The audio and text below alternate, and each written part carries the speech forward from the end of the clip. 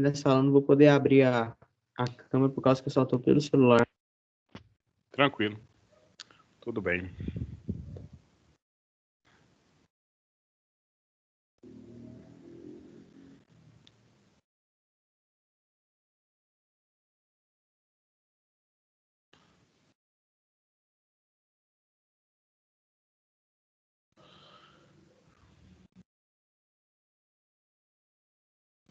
Pessoal, então, boa tarde oficialmente falando. Agradecendo aí, entendendo a justificativa do Bruno de não estar podendo ligar a câmera e agradecendo aquelas pessoas que já abriram. No caso aí a Ana, a Maria Luísa, o João, o Guilherme. Obrigado por estar interagindo de alguma forma. E eu queria pedir para aqueles que por acaso ainda não abriram e se quiserem e puderem abrir, então que abram suas câmeras. E também, assim, do modo geral, mesmo com a câmera ou não ou sem câmera ligada, que vocês possam então interagir aqui comigo, fazendo perguntas e comentando, né? Obrigado, Eduardo, por ter ligado também. Obrigado, Marieva, né? Então vamos seguir com o nosso assunto que nós abrimos na semana passada, entendeu? Porque nós falamos então nós estamos falando da situação que ocorreu logo um pouco antes da proclamação da República, que é a abolição da escravatura no Brasil. E aí, como é que ficou, então, a sociedade a partir daí, né? Então, fica essa coisa para se pensar, né? Porque nós temos aí, então, os pretos alforriados, né? Mas a condição social totalmente terrível, totalmente problemática, né? E, então, como é que o Brasil se organizou a partir por isso, né? Ou com isso? Como é que o Brasil se organizou? Eu tinha prometido na aula passada um áudio, um vídeo do YouTube que é uma narrativa, né? Então, uma narração. E eu gostaria muito que vocês ouvissem. E nós vamos gastar alguns minutos dessa aula aqui agora, inicial, para que vocês ouçam o que o sujeito fala e vejam também, porque tem uma parte que ele vai mostrar algumas fotos e imagens.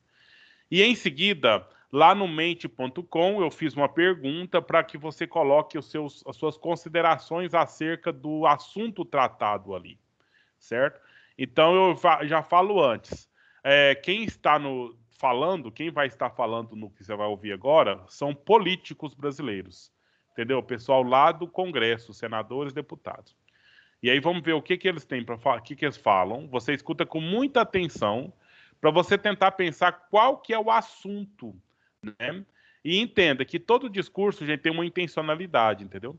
Tudo que se fala para você, se fala com intenção. A quem está falando espera causar em você uma determinada reação ou um determinado sentimento.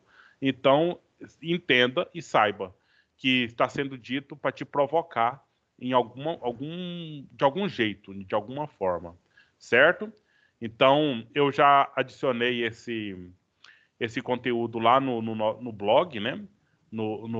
Na página dessa aula que nós estamos seguindo agora. Você entrou nessa página para chegar aqui. E aí, nós vamos então.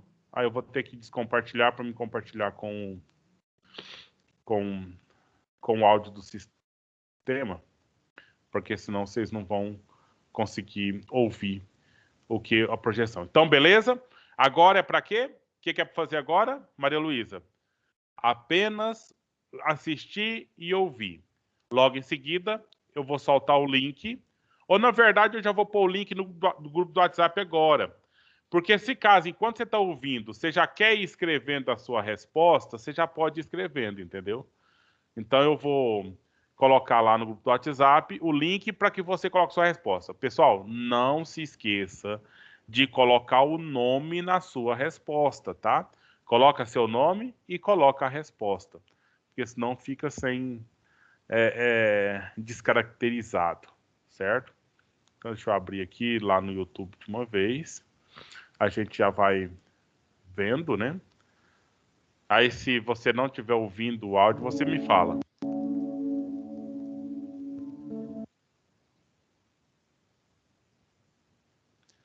Então, com muita atenção. E nesse meio tempo, eu vou soltar lá no grupo do WhatsApp o link da participação. Ontem à noite eu estava lendo a respeito dos bate-bocas entre deputados e senadores. Foram enormes as discussões a respeito de qual ação tomar em relação a essa questão. Em um caso como esses, a ação do governo federal é determinante. De um lado, diziam que era inaceitável que se deixasse as coisas, entre aspas, na normalidade, como estavam. Que muitas pessoas inocentes iriam pagar com a vida se o governo tomasse a decisão errada. Que em todo o resto do mundo já se havia tomado as providências adequadas, só no Brasil que não. Do outro lado, alguns argumentavam que era necessário manter as coisas dentro da normalidade. Sendo sincero, eu não dei muita bola porque dizia o primeiro grupo. Para mim, a ideia que eles defendem de que não dá para preservar as coisas na normalidade é correta e até mesmo óbvia. O que eu não entendia era que tipo de argumento as pessoas do segundo grupo estavam tentando trazer.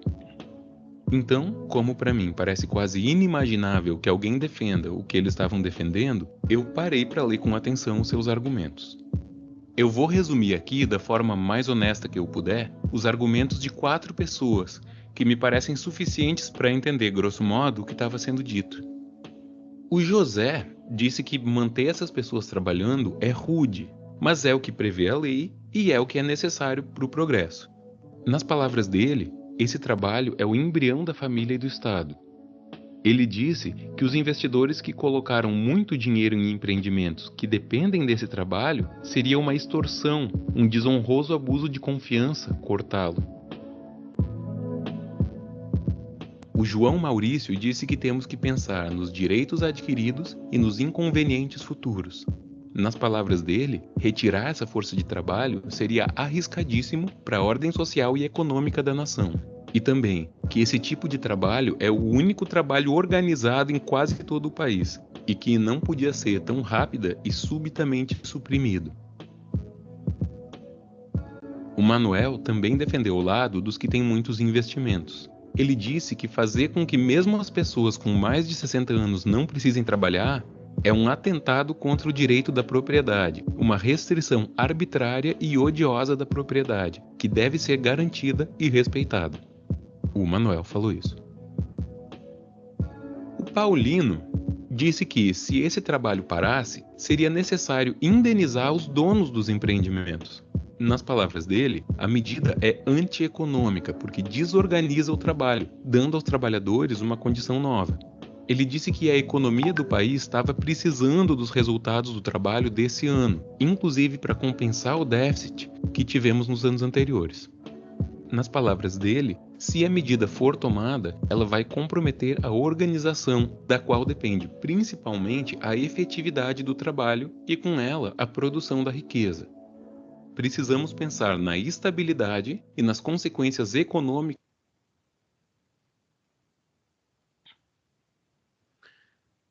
Pessoal,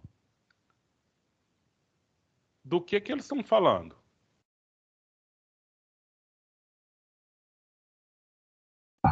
Sobre a abolição da escravatura no século XIX, que tinha 2 grupos e e cada grupo tinha sua opinião sobre se ia acabar com aquilo ou não.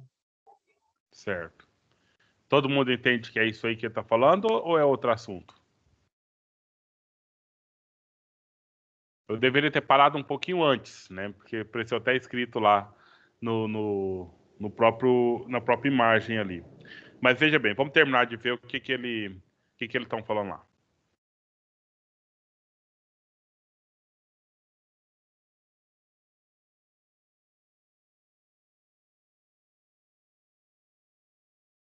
Desculpa, eu não voltei à tela.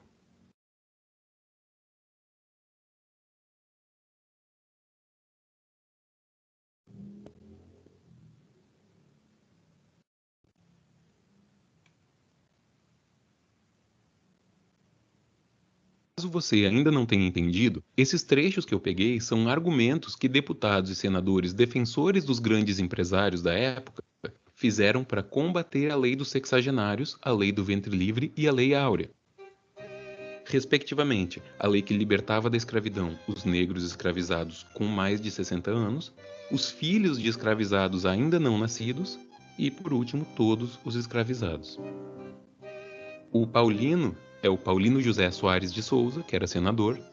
O Manuel é o Visconde de Muritiba, Manuel José Vieira Tosta. O João é o João Maurício Vanderlei, mais conhecido como Barão de Cotegipe. E o José é o José de Alencar, aquele mesmo José de Alencar, escritor. Ele também teve uma carreira na política. Eu sempre quis entender quais eram os principais argumentos das pessoas que brigavam a favor da escravidão. Esses trechos que eu li estão fora do contexto, mas basicamente o argumento deles era esse, que iria prejudicar a economia, prejudicar os investidores, os proprietários, né? E que as pessoas do Brasil morreriam de fome. Eles estavam tentando defender o indefensável, mas uma coisa é verdade. Quando a escravidão foi de fato abolida, o governo, que tinha dinheiro para isso, não fez o que era necessário para proteger ou dar uma mínima condição de vida para os recém-libertos. O Brasil tinha dinheiro e tinha muita comida, e teve sim gente que morreu de fome. Naquela época, manter a escravidão era indefensável. Todos os outros países do Ocidente já tinham aceitado isso e abolido a escravidão, menos o Brasil. Mas simplesmente assinar um papel dizendo que a escravidão agora era ilegal não foi suficiente. Era necessária a mudança desse sistema que nunca devia sequer ter existido. E era importante que o governo e as elites econômicas aceitassem o seu papel e usassem os seus recursos, que não eram poucos, para corrigir os custos da injustiça que havia. Mas isso, é claro, foi naquela época.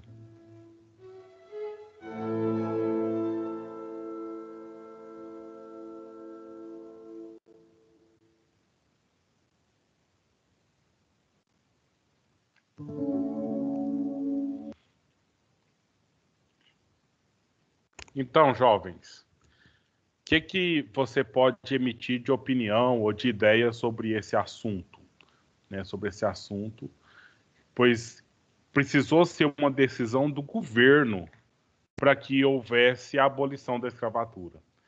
Então, você ouviu alguns argumentos, no que diz respeito à questão econômica, que foi o último assunto da aula passada, a última coisa que nós conversamos, que alguns de vocês até riram, né? Então, que o escravo é uma propriedade, né? Que tinha uma escritura, um documento lá que era uma propriedade do senhor, do seu dono ali. Né? Da mesma forma que eu tenho um carro, por exemplo, eu tenho um documento que comprova a propriedade daquele carro, né? Eu tenho que pagar imposto sobre ele, etc. E da mesma forma ocorria com os escravizados, né? E aí, o pessoal, mas como é que o pessoal está esperando o trabalho que ele desenvolve, que eu comprei o escravo, ele tem que ser desenvolvido. Como é que faz uma lei para simplesmente libertar esses escravos, né? Libertar essas pessoas? Não é justo. Isso vai falir a economia, sabe? Esses argumentos todos que foram colocados lá daquela forma. Tá aí no grupo do WhatsApp. Eu vou colocar aqui no nosso chat aqui também, para que vocês possam, então, clicar e entrar na página lá do Mentimeter e escrever. Lembra que é um parágrafo curto, né? Você não pode escrever tanta coisa, mas não esqueça de escrever seu nome. E aí, submite, que a gente vai vendo aqui aquilo que você escreveu lá. Certo? Eu já fiz. Também. Vamos dar um prazinho pro pessoal que ainda não fez, né? Que esperou assistir primeiro. E aí a gente comenta o que foi apresentado pelos senhores aqui.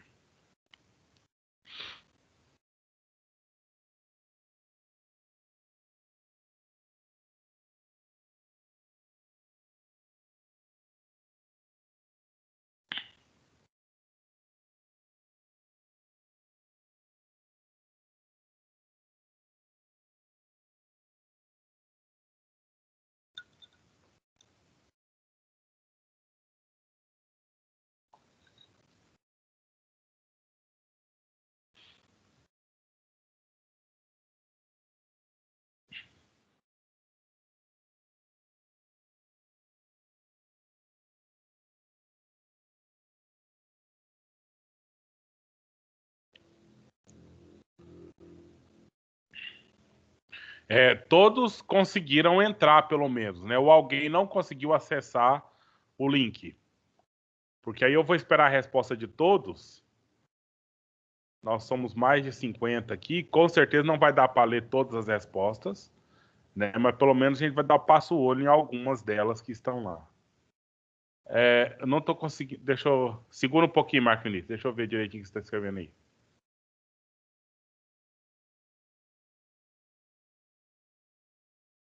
Tá pesado até isso aqui. Deixa eu um pouquinho.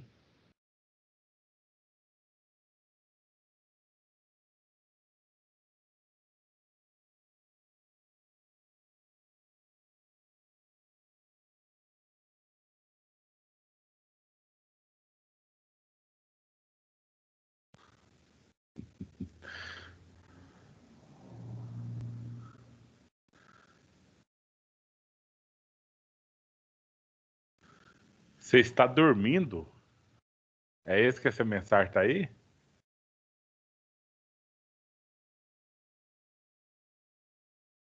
Rapaz, cuidado, hein?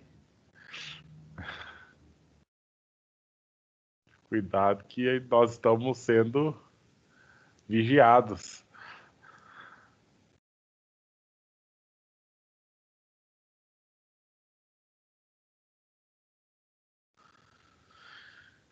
Bom, deixa eu ver lá quantos de vocês já escreveram. Só 15 até agora, gente. 16.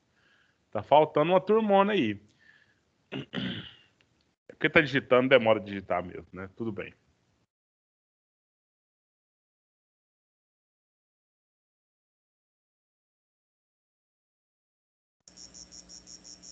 Senhor professor, com licença.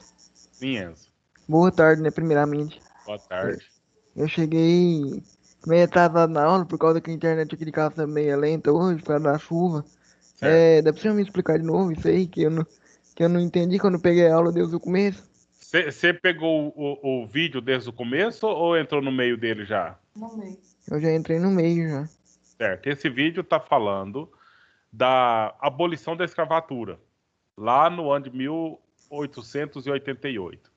E aí tinha um grupo de deputados e senadores que aceitava que tivesse a libertação dos escravos, mas um grupo de deputados naquela época achava que isso era um absurdo. De jeito nenhum podia libertar os escravos, porque os escravos eram uma propriedade que os seus senhores já tinham comprado e estava esperando o resultado do trabalho deles e outras coisas mais. Entendeu? Então, ou seja, para mostrar para a gente a situação de que essa abolição da escravatura, a libertação dos escravos, foi uma coisa tensa lá naquela época também. Né? Foi uma coisa tensa, uma vez que tinham as pessoas que queriam que mantivesse a escravidão e tinha pessoas que não queriam mais a escravidão. Entendeu? Então, aí agora, qual que é a sua... o que você considera sobre isso? Qual que é a sua opinião sobre a situação? Essa situação, sobre essa discussão que houve lá? E aí, não sei se quem está te ajudando aí, sua mãe, sua tia, então lá no link aqui no nosso chat aqui da reunião, tem lá um link, ou lá no grupo do WhatsApp do 9º ano, tem um link que você entra e abre uma caixinha lá. E nessa caixinha você coloca a sua opinião. Não pode escrever muita coisa, não. É um parágrafozinho bem curto mesmo. E você coloca o seu nome também, que aí vai aparecer sua resposta aqui. Entendeu? Aham, eu vi aqui, eu já tô dentro dele já. Eu te perguntei porque eu não tinha conseguido entender quando eu peguei o começo da aula. Não, tudo bem. Eu tive que resumir minha resposta para Obrigado. caber lá dentro. Tá certo, Marcos. Tá certo, Enzo. Até agora, 20 de vocês escreveram resposta, né? Tem gente que escreveu só o nome, deve ser porque colocou a resposta, esqueceu de pôr o nome, depois mandou só o nome. Mas, então, quer dizer que tem 2 nomes aqui. Então, só 18 vocês fizeram até agora.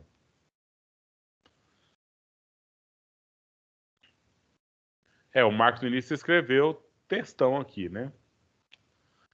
Então, muito bem.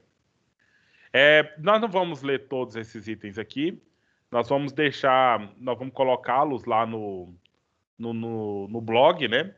Vou baixar todos eles aqui, a gente vai colocar lá no blog, para que a gente possa, então, visitar depois. Mas eu queria perguntar, Tem alguém de vocês aí que poderia ler para a gente o que escreveu e comentar o que escreveu?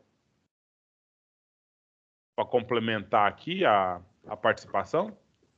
Eu posso falar minha resposta, professor. Maria Desliga para Luísa, baixo para ver se eu deixa consigo eu achar.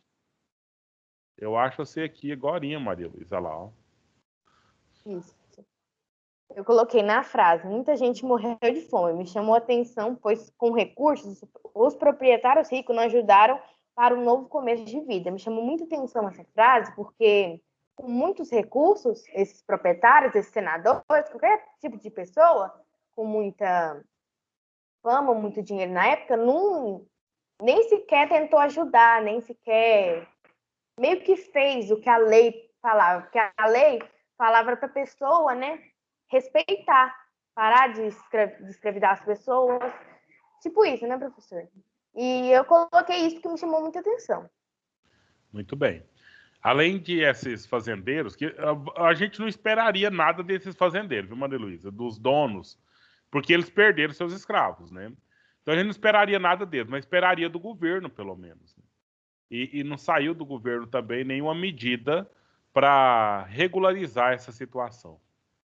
Foi aparecer uma situação específica nesse assunto, apareceu uma atitude do governo para regularizar a situação do negro, ou tentar regularizar uma parte da situação do negro. Do que você acha que eu estou falando, ou de qualquer um de vocês? E de que época e o que aconteceu do governo tentando reparar, tentando corrigir minimamente essa situação do negro que ficou a Deus dará aí na sociedade. Do que vocês acham que eu estou falando, gente?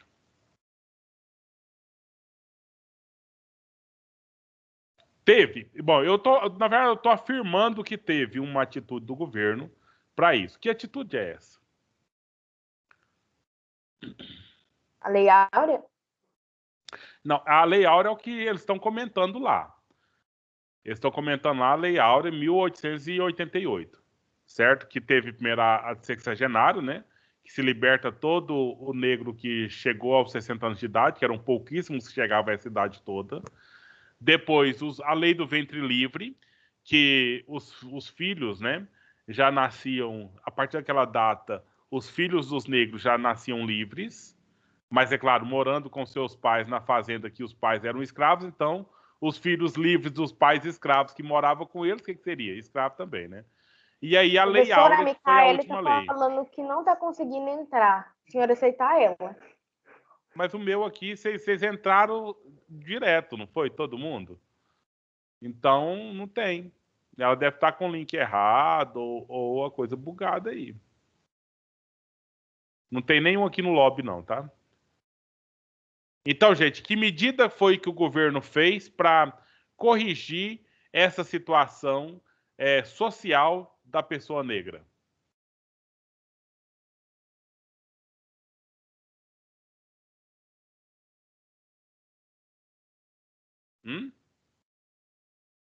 Pode falar um de cada vez, gente. Vocês estão falando muito barulhento aí, não estou entendendo nada. Sério? Eu não tenho ideia. Mas do que eu falei, né? Você acredita que isso aconteceu ou eu estou falando que pode ser uma mentira aqui? Bom, professor, eu acho que aconteceu. Ao longo do tempo, tipo assim, eu não sei falar o que foi, se foi só em um, mas eu creio que não. Tipo assim, muitas emendas e leis para, tipo assim, garantir a igualdade ao longo do tempo, não imediatamente. Sim, mas especificamente para resolver o problema do negro, você consegue identificar algum? Eu posso ter ouvido falar, mas lembrado agora eu não tô. Certo. Nós temos uma lei, agora eu teria que dar uma observada aqui. Nós temos uma lei que é a lei da criminalização do racismo. Essa é uma das leis que tem a respeito do criminalização do racismo. Essa lei, então, foi uma das leis que foi para resolver a situação. Só que essa lei, ela tem 30 anos. Começou lá na década de 90, então, essa lei da criminalização do racismo, né? Mas especificamente... Só que a criminalização é o quê? Se você é racista comigo, então você está cometendo um crime, e aí faz todo um procedimento investigativo para saber se você mesmo está sendo racista de fato, e aí sofre consequências, né? Mas isso não é... O governo não está dando nada para o negro, né? Está simplesmente identificando e querendo fazer com que ninguém mais seja racista. Agora, uma atitude que o governo fez para tentar regularizar a situação do negro foi uma coisa chamada, veja se vocês já ouviram falar, cotas raciais. Quem já ouviu falar o termo cotas sim, raciais? essa eu já ouvi falar. Eu já ouvi falar. Pois é. Essas cotas raciais, elas significam o seguinte: reserva-se nas faculdades públicas uma parcela do número de vagas que são ofertados lá, uma parcela desse número, para que concorra apenas os negros com eles mesmos. Entendeu? Então, suponha que para o curso de medicina da Federal tem 50 vagas. Aí reserva 10 vagas, por exemplo, para que só negros entrem nessas 10 vagas. E as 40 vagas que sobram, qualquer um pode entrar. Qualquer um pode concorrer para entrar, inclusive negros também. Se não quiser concorrer com os negros, concorre com todo mundo. A minha pergunta agora é: vocês entenderam o que significa cota? Ou como que ela ocorre? Ou ainda não entendeu? Professor. Não entendeu? Não Beleza. entendi, professor. Então, existe 50 vagas para o curso de medicina. Eu vou repetir o exemplo para ver se esclarece melhor de outra forma. Tem 50 vagas para o curso de medicina. Como é que funciona isso na prática? Todo mundo que quer fazer a faculdade se inscreve no vestibular, né? Faz a prova e os 50 melhores, né, vão entrar nas vagas. Isso você entende, Maria Luísa? Entende como é que faz a seleção do vestibular? Sim. Então, tem 50 vagas, as 50 melhores notas do vestibular entra pro curso. Fala, Enzo. Não é nada não, é porque meu áudio ficou sozinho aqui. Eu vou desligar ele aqui, vou desativar ele. Tranquilo. Foi mal, desculpa. Então, tudo bem. Então, colocando a lei das cotas, Maria Luísa e seus colegas, então não vai ter 50 vagas para todo mundo. Vai ter, suponhamos, 40 vagas para todo mundo. E as 10 vagas, professor? As 10 vagas vai ser separadas para as pessoas negras concorrerem entre elas próprias. Entendeu? Então reserva 10 vagas para que só negros possam concorrer àquelas vagas. Ficou claro ou ainda não, gente?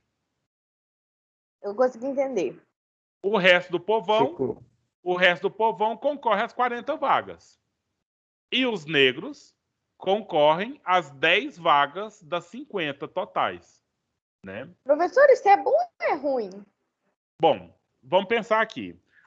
Se o negro, que normalmente também é pobre, normalmente não teve uma boa educação, não teve tempo para estudar como os ricos tiveram, entendeu? Colocar os negros para concorrer com os demais ricos, ele vai entrar na vaga que dia na vida dele, Maria Luísa?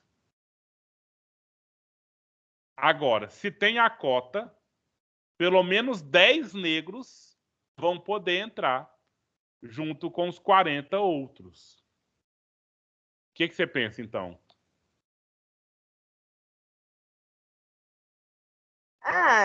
Eu não sei falar se é bom ou é ruim. Pois é. Não, mas tem uma coisa que a gente vai... você vai refletir sobre isso aí. O fato é... Só que, professor, existe isso mesmo? Na verdade, existiu. Começou lá no UNB por volta do ano 2003, lá em Brasília, que era cota racial. Hoje tem cotas, mas não é mais só racial. Tem a cota racial, mas junto com a racial tem entra os negros, entra os indígenas, entra os deficientes físicos e entra os estudantes de escola pública, na maioria do seu tempo, entendeu? Então, inicialmente era cota racial, que tinha a ver com ser negro, quilombola, e hoje é cota social, entendeu? Então, você trocou a palavra racial pela palavra social, para atender principalmente os pobres ou os que têm dificuldades, limitações específicas, dificuldades específicas.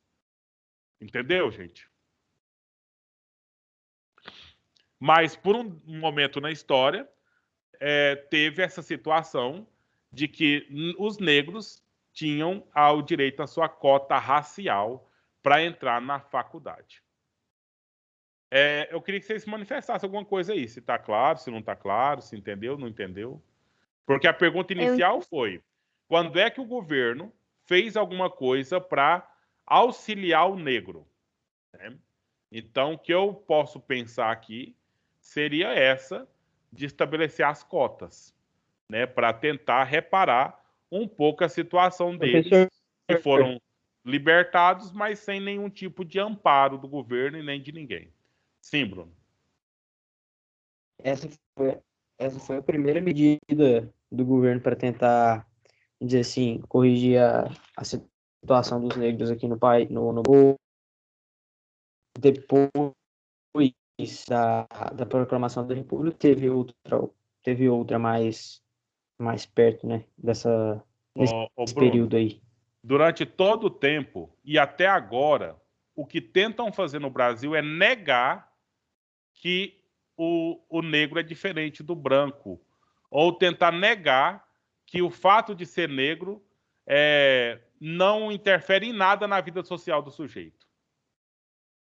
Então, ou seja, não foi feito de fato nada ao longo da história da República, lá dos anos 1891 até 1930 com Getúlio Vargas, a ditadura militar, esse momento todo, não teve nenhum momento na história do Brasil que fizesse alguma política ou alguma atitude em amparo ao negro.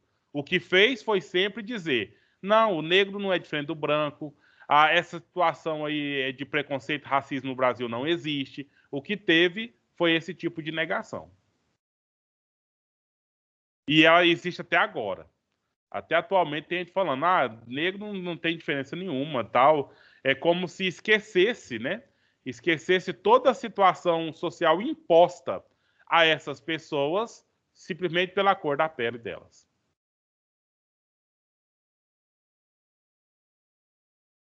Simplesmente coloca uma venda nos olhos. E tenta tirar dos outros também, né?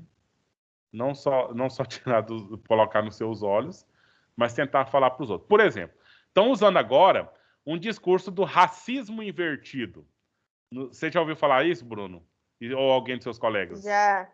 Racismo invertido. Já. O que é isso? Não, tem a questão do branco que é racista contra o negro, mas também tem o negro que é racista contra o branco. Entendeu? Então tá tudo certo. Tudo certo. Então zerou o placar. Mas é aquela coisa, eu acho que nós até falamos aqui na sala, né? Quem aqui é preto retinto, daqueles entre nós aqui que tem o fenótipo, né, a cor mais escura, eu acho que já pode, talvez, infelizmente, né? Eu espero que não. Mas, infelizmente, eu acho que tem gente aqui entre nós que já sofreu algum tipo de racismo por ser negro ou por não ser branquinho. E eu sei lá, aí eu pergunto até, né? Tem algum dos outros que são branquinhos que em algum dia na vida passou por uma situação que ele ficou mal no lugar ali porque ele era branco?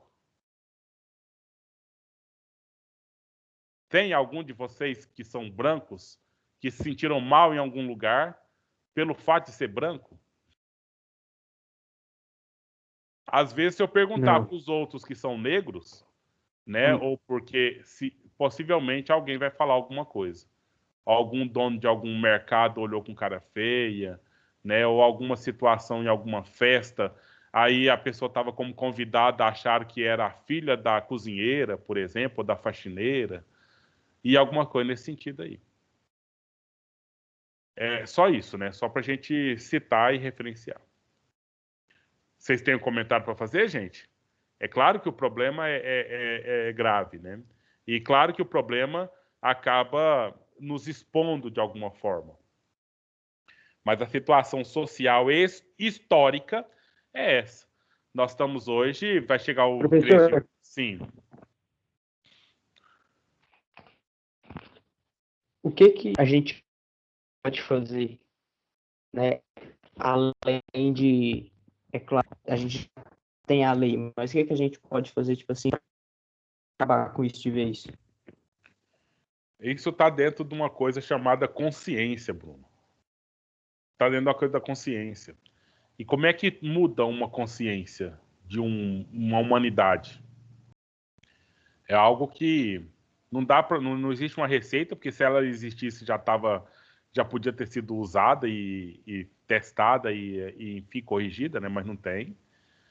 Mas eu posso contar um relato, uma experiência. Eu recebi uma pessoa em casa um dia, né? E aí ela contando uma história que essa pessoa é uma administradora de empresas, né? Ela frustrada, mas é uma administradora de empresas e contando uma experiência dela em Rio Verde, que um funcionário da empresa foi levar um dinheiro e era para pagar uma conta e era para pagar essa conta com um desconto que tinha sido combinado. Só que, olha o que ela falou para mim, só que o cara é preto. Quando não caga na entrada, caga na saída. E ele foi lá e desmanchou o negócio que nós fez. Eu falei, mas por que você está falando que... Aí eu fiquei irritado com ela, né? Falando dessa forma, racista desse jeito. Não, isso não é racismo, não. Lá em casa sempre foi assim, nós brincou desse jeito e fala desse jeito e tal, não importa. Eu falei, pois é, mas por que você ainda está falando isso agora? Né? Por que você está falando isso agora? E a pessoa ficou repetindo várias vezes que, na verdade, ela não era racista, era forma de brincar. Né? Então, falando do funcionário lá, que era o preto e tal.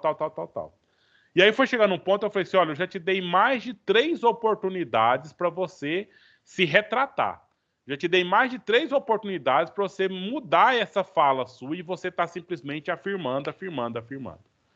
Né? Aí ela falou assim, então quer dizer que todos os seus amigos têm que ficar se vigiando para não falar racista? Eu falei, não, eu não tenho nenhum amigo racista. Nenhum racista é meu amigo, eu disse para ela, né? Aí ela entendeu ali que, na verdade, a minha amizade com ela já tinha acabado, assim, né? E aí ela pediu desculpa e tal, né? Mas ficou uma coisa tensa, né? Porque esse que é o problema, o Bruno. Professor. Nós vivemos num contexto... Só um minuto, tá? Aí eu já passo. Vivemos num contexto de racismo estrutural, de modo que práticas racistas que se repetem o dia a dia já tentam falar que essas práticas são naturais. Chamar o outro de neguinho, de crioulo, de sarará, é brincadeirinha. É coisinha que não tem problema, entendeu? Mas, na verdade, tem seu problema. E a gente não pode negar isso. E talvez seria isso, Bruno, é a questão da formação de uma consciência. E é uma outra lei, tá? Nós, no ano passado, você participou, muitos aqui participaram daquele evento que nós fizemos no dia 18 de novembro do ano passado, em comemoração à Semana da Consciência Negra, que é no dia 20 de novembro, né? Então, a escola é obrigada a fazer ações dessas todo ano. Não é todos os anos, não. É todo o ano. Constante formação no que diz respeito ao estabelecimento de uma consciência negra para que se eleve simplesmente o respeito, a diversidade, né, a manter uma harmonia entre as pessoas todas, para que não haja, de fato, diferenças. Porque elas estão aí. Não tem jeito de falar que não estão aí. Não é? A pessoa... Maria Giovana? Mayra quer falar? O senhor tá falando desse negócio aí do racismo estrutural. Tem uma música de um artista que eu gosto que chama Eu Não Sou Racista, que começa falando do cara e ele falando assim, não sei o que, até tenho gente que trabalha para mim, a empregada é negra, só que ela chegou atrasada porque estava estudando e ele fala sobre isso, que é o branco falando. Aí depois o negro fala. Só falando isso. Entendi. Muitas manifestações aí. né? Enfim, eu não sei, essa é uma discussão que a gente não termina, tá? Não é uma coisa que a gente fala que não, tá certo, tá errado, é assim, vamos corrigir, vai tarefa, não é isso, mas é uma discussão que tem que ser feita. Ela não está sendo feita deslocada, nós estamos dentro de um conteúdo histórico, né? A situação social histórica do Brasil. E aí se desenvolve na questão cultural do Brasil, né? De se perceber. Uma coisa que eu costumo perguntar para os alunos, de modo geral, né? As pessoas mais importantes da nossa sociedade.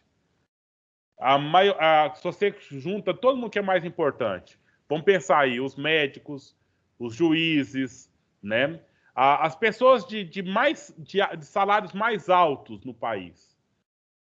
Você vai ver mais gente branca ou mais gente negra? Mais gente branca. É nítido. A gente consegue contar na mão quantos presidentes negros o mundo já teve. Pois é. Então tem alguma coisa errada, sabe? Tem alguma coisa errada nessa história. Sabe por quê? Porque aqui no Brasil, se for separar brancos e negros, é 50%.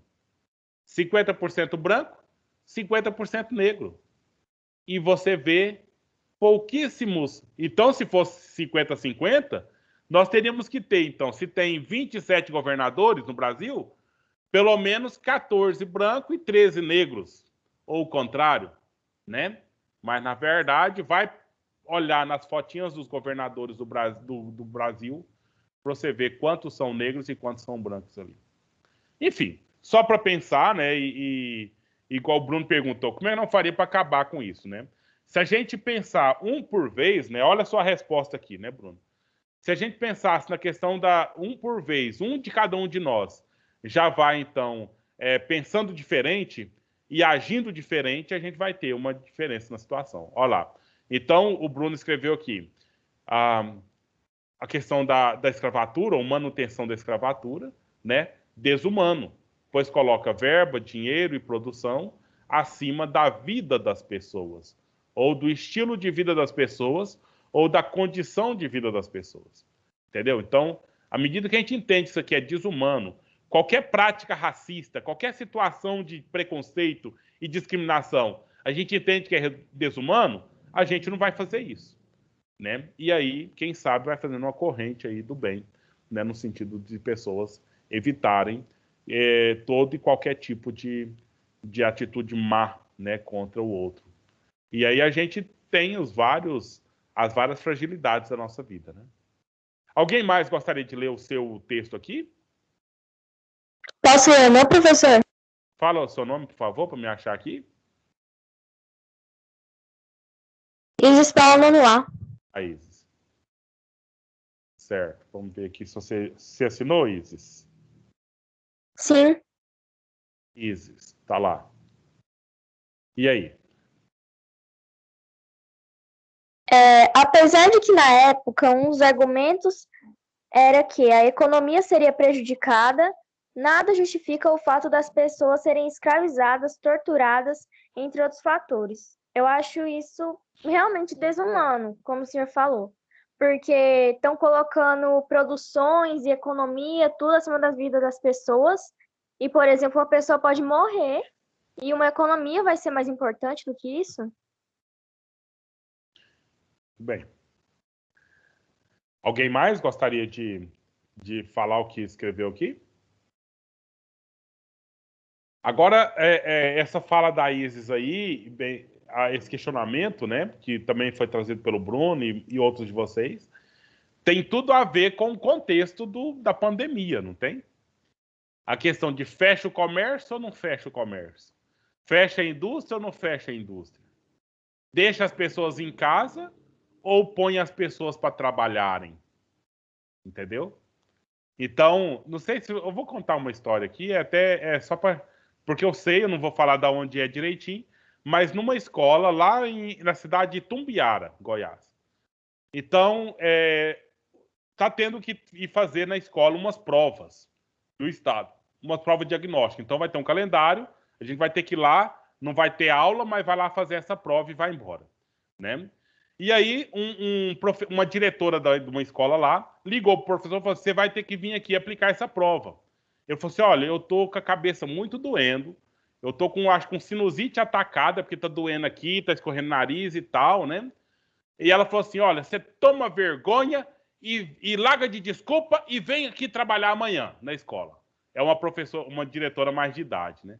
Ele foi, aplicou a prova na quinta-feira, mas ele estava passando mal, né? E foi fazer o teste do Covid. Na sexta saiu o resultado positivo para Covid, entendeu?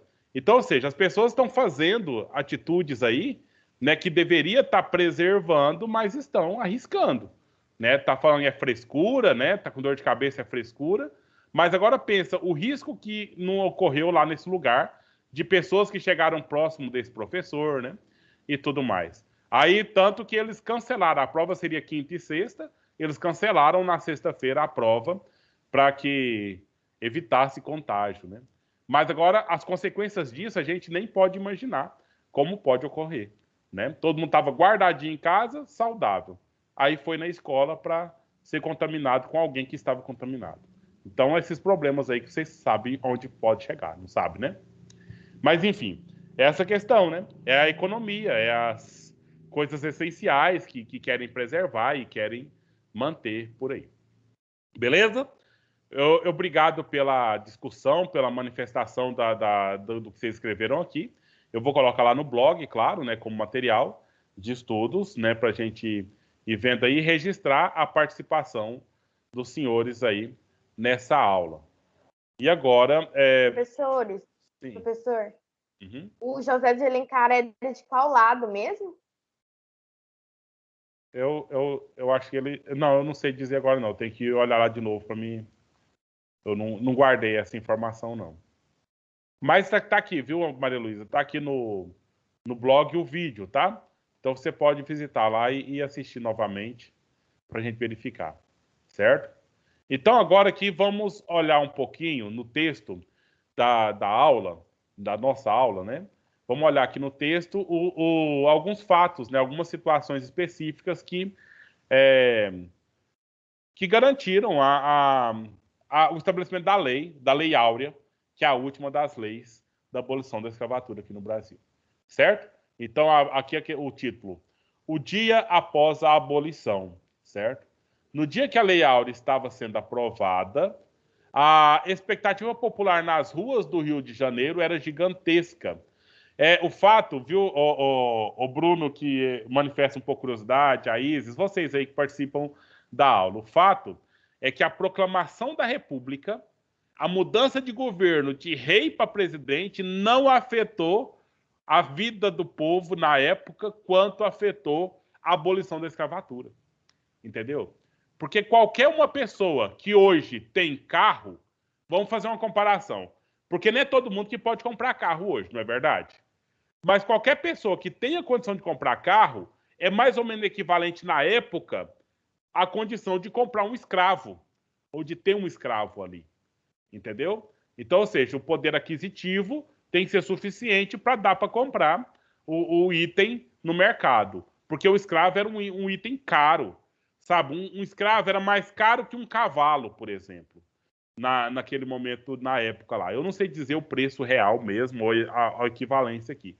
Mas era uma coisa cara. Mas muita gente tinha escravo. Né? Então, se tinha abolição da escravatura, não era só o fazendeiro que ia tomar prejuízo. O fazendeiro ia tomar mais prejuízo, uma vez que ele tinha mais escravos para o trabalho, para a produção. Mas pessoas de famílias dentro da cidade também tinham suas escravas para cozinhar, para limpar, para passar, para cuidar dos filhos e tudo mais, que também, então, seria afetado. Então, lá nas ruas, né, pessoas se reuniram ao redor do Senado, lá no Paço Imperial, aglomeração de pessoas com realização de passeata, né? Tinha grupos abolicionistas, pessoas que queriam, né? Conforme pontuou o historiador Walter Fraga. Então, teve muitas manifestações em favor do abolicionismo, mas também teve muitas manifestações contra o abolicionismo, uma vez que ia afetar ali a própria organização das casas. Mas beleza, foi aprovada, a Lei Áurea foi encaminhada para a assinatura da Princesa Isabel. É uma coisa que vocês têm que prestar atenção aqui, Entendeu? Foi a princesa Isabel que libertou os escravos? É essa que é a informação que nós temos? Não. Não. No final das contas, quem assinou a lei foi ela. Mas quem fez a lei? Olha, está escrito aqui no texto. Porque por mais que nós tínhamos aqui um imperador, um rei, né? Nós tínhamos também a Câmara, certo? Nós tínhamos os deputados e o senador, nós tínhamos o Congresso aqui, entendeu? Então, o legislativo, dentro de uma monarquia chamada monarquia constitucional, que nós vimos lá no início do 8º ano, nas ideias do John Locke, entendeu? Que incluiu lá na Revolução Gloriosa na Inglaterra, se estabeleceu então um modelo de governo em que tem um rei que governa o povo e temos um ministério que governa as coisas do povo ali, né? As coisas do governo. Então, nós tínhamos aqui os senadores, que é o segundo nível de aprovação de leis, então já tinha sido aprovado pelos deputados, e aí os senadores aprovaram, e aí só restou a imperatriz, a princesa regente, quer dizer aqui, né, a assinar a lei. Então foi uma coisa feita não só por ela, mas pelo governo brasileiro, que aconteceu no meio da tarde do dia 13 de maio de 88. Então, o momento da Lei Áurea, ou a última lei de abolição da escravatura no Brasil. Assim que foi divulgada a notícia de que a abolição da escravatura havia sido decretada, a festa espalhou-se pela capital do Brasil. A comemoração no Rio de Janeiro foi tão grande que se estendeu por 7 dias. Entendeu? Então, mobilizou milhares de pessoas e outras cidades grandes do país também fizeram essa festa. Por exemplo, Salvador, que é uma das cidades mais negras do Brasil, né, em que tem uma população maior negra. Recife, lá no Nordeste também, que era uma das cidades principais do país. Muitas comemorações aí. Muitas festas. Professor? Sim. Aham.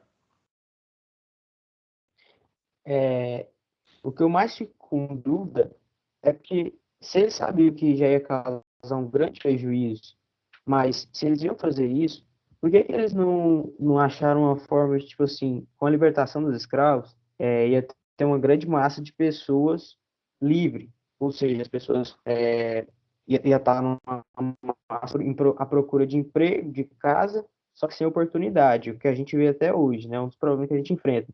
Por que eles fizeram um plano, o senhor sabe, por que eles não sabem, não soube fazer um plano para incluir essas pessoas no trabalho, no mercado de trabalho?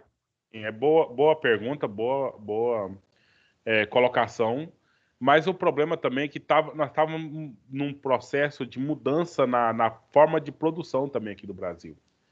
Né? Você sabe que a Revolução Industrial estava chegando por aqui. Né? Várias indústrias ali na região sudeste, o que fortaleceu São Paulo desde lá. Né? Então, Bruno, a questão é mais grave que só essa. Você sabia que estava, mesmo chegando a industrialização aqui no Brasil, estava chegando aqui no Brasil... Bom, deixa eu organizar minhas cabeças aqui, desculpa minha gaguejeira. Revolução Industrial começou na Inglaterra, esparramou para a França, né, nos primeiros 100 anos. Quando passou por os primeiros 200 anos, a Revolução Industrial chegou lá na Europa Oriental, entendeu? Polônia. Isso num contexto já na Europa Oriental. E o povo de lá que só sabia mexer com as enxadas e com as foices? O que ia fazer com eles? Eles iam operar as máquinas? Não. Não dava certo. Os donos de terras aqui ia deixar de produzir nas suas terras? Não. O escravismo já não estava mais na moda. Então precisava de uma outra forma de produção da terra e manutenção da produção da terra. De que forma poderia ser? A forma dos colonatos, ou a forma dos arrendamentos de terra. Quem é de família de fazendeiro aí sabe o que é arrendar uma terra. Né? Você continua sendo dono da terra, mas você entrega a terra para outro, esse outro produz a terra. Como se fosse alugar. É uma forma de alugar com base na produtividade que vai ser dada para aquela terra. Tinha como os fazendeiros do Brasil arrendar a terra para os seus escravos? Isso era impossível, isso era imoral, isso era não tinha cultura suficiente para isso. Mas dava muito bem para arrendar a terra para os poloneses que vieram de lá, para os italianos que vieram de lá, os alemães. Não seria possível? E foi o que aconteceu. Entendeu, Bruno? Então, ou seja, não se olhou para uma política social para o negro, mas a questão econômica ela estava mantida. Pois chegaram, foi a época, nós estamos falando da época em que chegaram aqui no Brasil várias pessoas lá da Europa, sobretudo da Europa Oriental. E se você vai na região sul do país, tem lugar lá que você entra, se você não souber falar uma língua estrangeira, você não entende ninguém. Porque todo mundo fala outras línguas lá, é alemão, Por exemplo, tem uma grande festa lá na Santa Catarina, Santa Catarina? Oktoberfest. Até o nome da festa é em alemão, Oktober.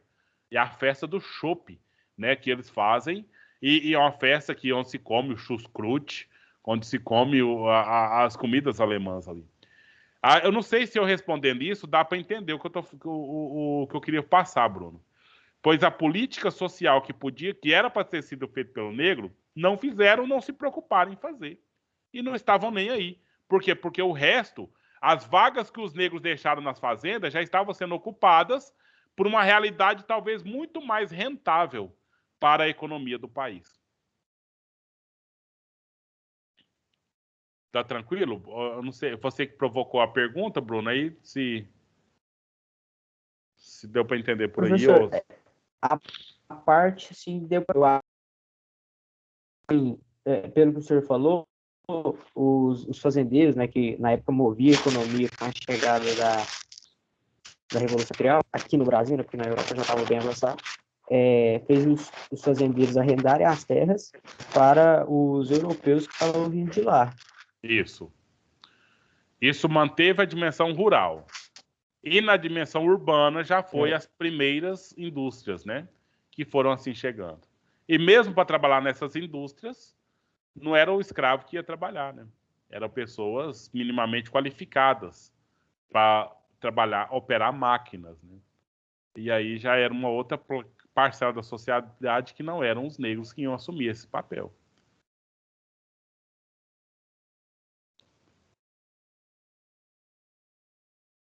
E isso falando aí dos anos, começou lá nos 1850, essa transição, essa chegada desses estrangeiros por aqui, entendeu? Então a Lei Áurea, ou a Lei da Abolição da Escravatura, foi uma consequência. Não causou nenhum impacto negativo na produtividade, conforme esses deputados estavam falando, não, viu, Maria Luísa? Essa discussão desses deputados falando assim, mas aí vai ter um colapso, não, já estava sendo resolvido. É claro que não acontece de uma hora para outra, é um processo que ocorre, uma mudança nos paradigmas, nas formas de pensar e na forma de agir também aqui no Brasil. A novela Terra Nostra, não sei se vocês já ouviram falar nessa novela, Terra Nostra, já ouviram? Que tinha lá os italianos, o Rei do Gado, não, o Rei do Gado é outra, né? É a Terra Nostra mesmo, que conta inclusive a história do navio, o pessoal entrava no navio lá para vir aqui para o Brasil, esperando encontrar aqui emprego, encontrar coisas interessantes. Foi nesse contexto. Pessoal, vamos ver mais aqui. Professor, foi todo. Sim.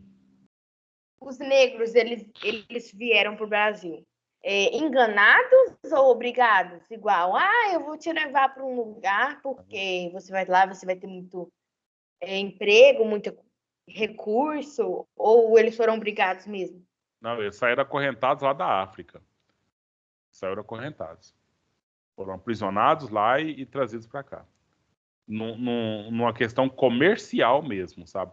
As pessoas iam lá e compravam o produto, jogavam dentro do navio e traziam. Mais uma coisa, assim, não sei se a gente... Acho que essa questão aí foi posta... Sim.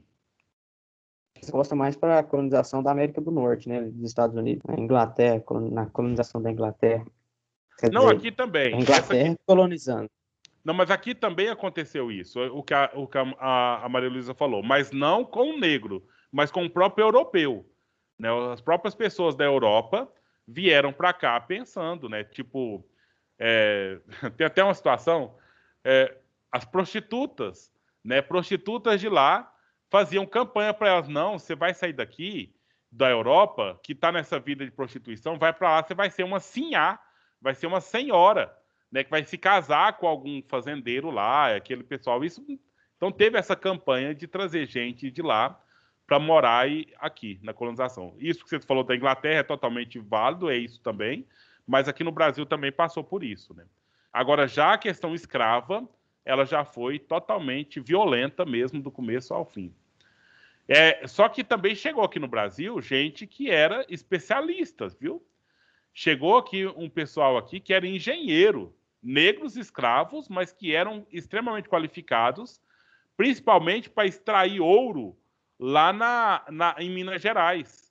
Porque você sabe muito bem que o ouro extraído em Minas Gerais é diferente do ouro extraído aqui no Goiás, né? Aqui no Goiás, no Mato Grosso, o ouro é extraído no rio.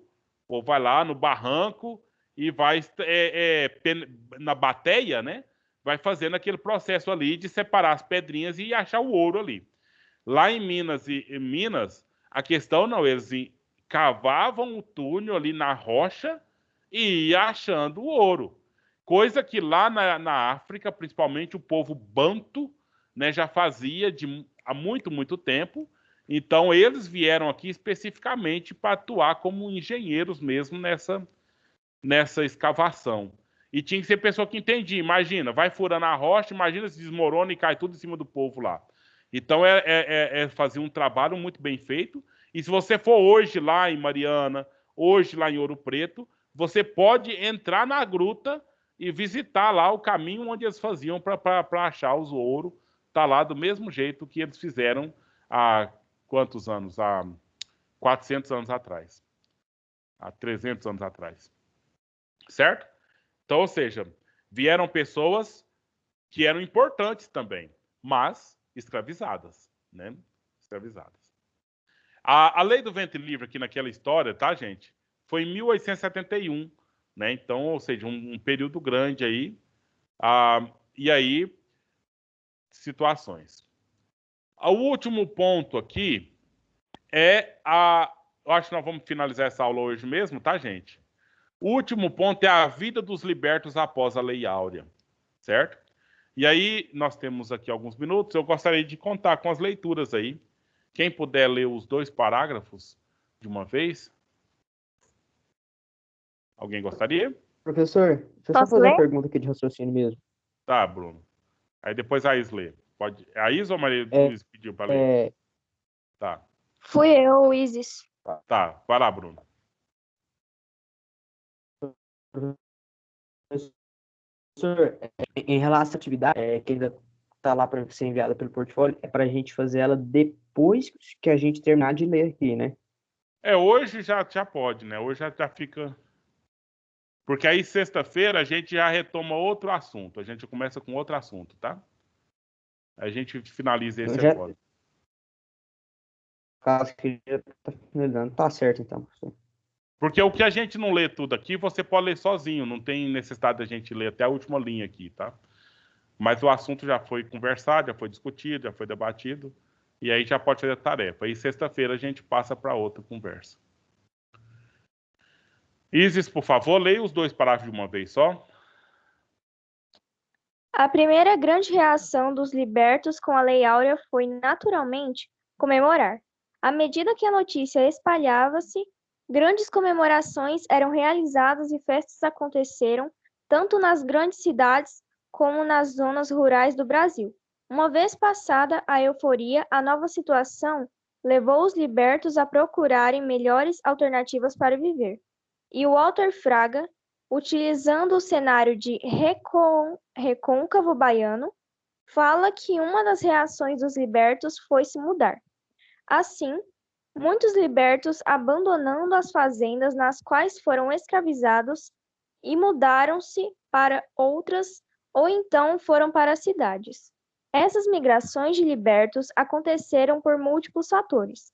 mudavam-se para se distanciar dos locais em que foram escravizados, ou então iam para outros lugares procurar parentes e se estabelecer juntos desses, ou até mesmo procurar salários, conforme descreve Walter Fraga. Então, na verdade, seria dizer que eles ficaram como baratas tontas, né? Traumatizados onde eles estavam, com certeza sofrendo racismo e preconceito onde eles já estavam, e buscando recurso em outros locais para que se estabeleçam, se mantenham e se sustentam. Então, isso é mais ou menos assim, entendido claramente essa questão. Por favor, duas pessoas para ler, uma pessoa para ler os outros dois parágrafos. Bom, se tem dúvida, você pergunta, por favor, né? Se tem alguma dúvida, você fala aí se quer perguntar. Posso ler, professor? Posso ler? Acho que a outra pessoa, quem pediu, o Gabriel Facholi, foi quem pediu? Eu ia pedir. Fui eu. Não, mas teve uma pessoa, a Maria Luísa pediu, mas tem uma pessoa que pediu antes dela, uma voz feminina. Quem é? Eu. Tá, pode ler, por favor, você. E aí depois o Facholi. Não, depois a Maria Luísa, depois o Facholi. Essas migrações, na maioria dos casos, era uma ação mais realizada pelos homens jovens por terem melhores possibilidades de se estabelecer em uma fazenda para cultivá-la. As mulheres que possuíam filhos e os idosos que tinham menos possibilidades de migrar à procura de melhores condições. A migração dos libertos gerou uma reação de grandes proprietários e das autoridades daquela época, trazendo-lhes muita insatisfação, sobretudo porque os primeiros não aceitavam mais as condições de trabalho degradantes que existiam antes de 1888 e porque estavam sempre em busca de melhores salários. Assim, os grandes proprietários, sobretudo do interior do país, começaram a pressionar as autoridades para que elas reprimissem essa movimentação. Então, meninos, veja bem. Olha aí, os mais jovens eram os mais fortes e mais livres para poder ir para outros lugares aonde eles seriam valorizados. Velhos e mulheres que tinham filhos já tinham mais dificuldade de sair. Então, tinham que ficar por ali mesmo ou ir para lugar muito próximo de onde estava. A situação de preconceito aqui, gente, olha. A pessoa saía de um lugar, ia para outro, não aceitava trabalhar de qualquer forma. Começa aquele preconceito, né? Essa pessoa é de fora. Essa pessoa não é daqui. Ah, tá, se não é daqui, então talvez ela não presta. E se é preto, aí não presta menos ainda. Não é? Então, ou seja, já vai colocando situações aí que as autoridades, os fazendeiros não estão muito satisfeitos. Né? Bom, eu só queria frisar esses pontos. Vocês querem frisar alguma coisa a mais? Maria Luísa, mais 2 para nós, por favor. Com isso, os grupos de libertos que migravam começaram a sofrer com a repressão e foram sendo taxados de viadagem e vagabundagem. Essas medidas focavam, sobretudo, os mais insubordinados e que costumavam não acertar as condições impostas pelos grandes proprietários. Muitas vezes, também, os grandes fazendeiros e antigos donos de pessoas escravizadas impediam que os libertos fizessem suas mudanças. Com muitos desses eram ameaçados fisicamente para que não se mudassem. E outra estratégia utilizada era de retomar a tutoria dos filhos dos libertos. Inúmeros grandes proprietários acionavam a justiça para ter a tutoria sobre crianças e, com isso, forçavam a esses permanecerem em sua propriedade. Houve, inclusive, casos de filhos de libertos que foram sequestrados. Então, aqui, olha, eram chamados de vadios. Vadiagem. Pessoa que não tem lugar fixo. Pessoa que só fica andando ao vento, andando por aí. Certo? E que é o mesmo que vagabundo, né? É a pessoa que não tem estabelecimento, responsabilidade ou habitação fixa aqui. Beleza, olha a situação, gente. Tá livre, mas tá lascado, né? Vamos assim dizer, com perdão da palavra. A pessoa tá buscando condições e essas condições não são nada tão boas assim. E aí, se eles não aceitam, né, o que o proprietário diz, agora na nova situação, eles sofrem consequências, né? Sofrem sequestros, sofrem inúmeras situações aí terríveis. Isso é para provocar vocês mesmos, mas são dados, tá? São dados históricos para que você coloque nas respostas às perguntas que lhe foram feitas aí. Aí vamos encerrar então com a leitura do Gabriel.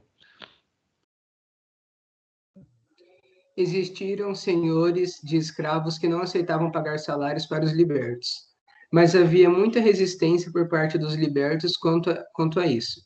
Após a Lei Áurea, os libertos passaram a questionar as condições que lhes eram oferecidas, e essa atitude passou a ser vista como insolência. A repressão mencionada anteriormente foi uma resposta dos grandes fazendeiros a isso. Se os libertos não encontrassem condições que lhe agradassem, e se tivessem outras condições, a migração era sempre uma opção. Os pagamentos exigidos eram realizados diariamente ou semanalmente, e a jornada deveria ter um limite.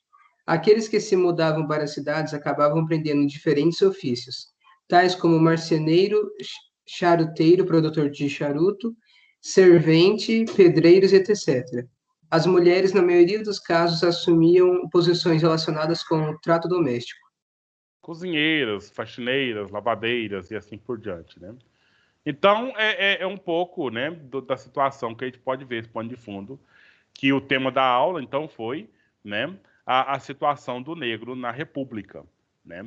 Porque agora nós temos início de leis trabalhistas, né, ideias de lei trabalhista, limite da jornada de trabalho, situações que o pagamento tinha que ser feito no dia, né? Então é a questão de trabalhar por dia para diminuir o vínculo.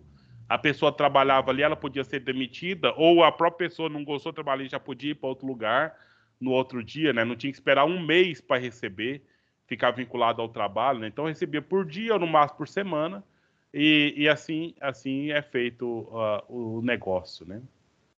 Tudo bem, senhores? São histórias não tão interessantes, né, no sentido de que são tristes, são talvez chocantes, talvez revoltantes para muitos de nós, mas eu acho que a gente cumpriu, né, a gente pôde avançar nesse assunto um pouquinho. Gente, fico feliz por mais uma oportunidade, espero ter saúde e condições para a gente nos encontrar, para nós nos encontrarmos novamente na sexta-feira, ok? Boa tarde a todos. Tchau, professor. Boa tarde. Boa tarde, professor. Tudo de bom. Um prazer ter aula com o senhor novamente. Prazer é todo meu, Bruno. Muito obrigado. Tchau, professor. Tchau, boa professor tarde. Caio. Boa tarde. Tchau, tudo de bom. Boa tarde. E a chamada, o que vai fazer com ela? Eu baixo aqui do sistema, Enzo.